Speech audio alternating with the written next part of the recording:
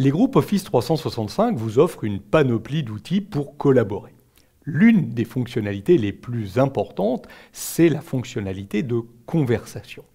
Voyons comment participer à la conversation à travers un groupe, comment utiliser la boîte de réception du groupe. Vous utilisez pour ça l'application Outlook et vous allez dans la partie groupe. Là, vous allez retrouver votre appartenance à l'ensemble des groupes que vous suivez. Vous allez pouvoir ici cliquer sur le groupe qui vous intéresse, en l'occurrence identité visuelle, et vous voyez que vous affichez immédiatement la boîte de réception du groupe. Viendront se mettre donc ici tous les messages publiés dans le groupe et qui seront visibles par l'ensemble des membres du groupe. Ainsi, tous les membres du groupe voient ce qui est publié dans cet espace et peuvent publier eux-mêmes des messages. Si vous avez donné des droits aux personnes externes de collaborer dans votre groupe, ces personnes pourront envoyer un message à l'adresse email du groupe et ce message apparaîtra dans cette boîte de réception et sera là aussi visible par l'ensemble des membres du groupe. Donc vous voulez publier un message dans cet espace, vous allez utiliser tout simplement envoyer un courrier. Alors quand vous envoyez un courrier, vous l'envoyez en votre nom. Je suis connecté en tant qu'Alex, je vais donc envoyer un message en tant qu'Alex. Mais regardez, immédiatement, il sait qu'il va envoyer cela au groupe identité visuelle. Donc si vous voulez publier dans le groupe identité visuelle, vous n'avez rien à faire. Vous avez déjà identité visuelle qui apparaît ici. Vous allez mettre simplement un petit objet, bienvenue à tous ici, c'est le début du groupe, et pourquoi pas commencer à taper votre message. Il est temps pour notre charte graphique de recourir à un petit lifting. Voilà qui est fait. Je veux publier cela à l'intérieur du groupe. Donc j'ai tapé mon message. Notez qu'on retrouve toutes les petites commandes que vous connaissez liées à la messagerie à Outlook. C'est comme si on envoyait un message à une personne, sauf que on l'envoie tout simplement au groupe. Je vais envoyer le message. Il va apparaître dans le groupe.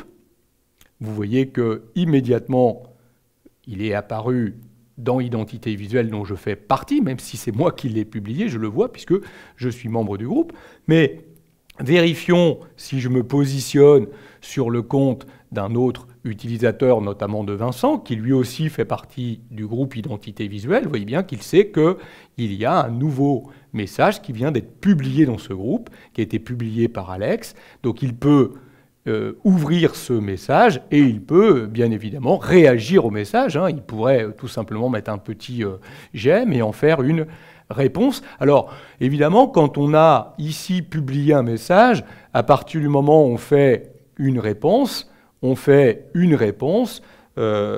directement à l'intérieur du groupe et on participe ainsi à la conversation comme si on était dans un forum lié au niveau du groupe. Je me rebascule dans le compte d'Alex. Vous voyez que à ce message-là, à cette conversation-là, il y a eu une réponse et je peux suivre le fil de discussion qui a été réalisé. Alors il est bien, quand on fait des réponses, de faire les réponses dans les fils de discussion qu'on s'y retrouve.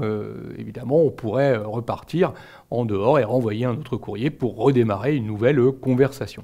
Donc ça, c'est valable aussi bien dans l'Outlook online que dans l'Outlook installé sur le bureau. C'est pas plus compliqué que ça.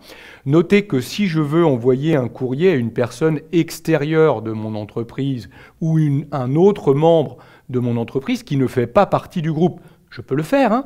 Je vais envoyer un courrier et je vais, dans ces cas-là, tout simplement taper l'adresse, pourquoi pas d'une personne extérieure à mon entreprise. Ça pourrait être mon imprimeur, par exemple. Je vais poser une question à cet imprimeur ou lui dire lui aussi bienvenue à notre imprimeur. Voilà, je pourrais tout simplement mettre un petit message, publier, et vous voyez que ce message est envoyé automatiquement à l'adresse email de mon imprimeur qui est extérieure à mon entreprise, mais toutes les personnes de mon groupe verront ce message. Et si l'imprimeur répond au groupe, eh bien, évidemment, tous les membres du groupe verront sa réponse. Donc vous voyez que finalement, quand on a créé un groupe, il y a une boîte de réception qui est associée à ce groupe, et donc c'est comme si c'était notre propre boîte de réception, sauf qu'on la partage avec l'ensemble des membres du groupe, donc tous les membres du groupe peuvent publier à l'intérieur de cette boîte de réception, et tous les messages publiés sont visibles par l'ensemble des membres du groupe.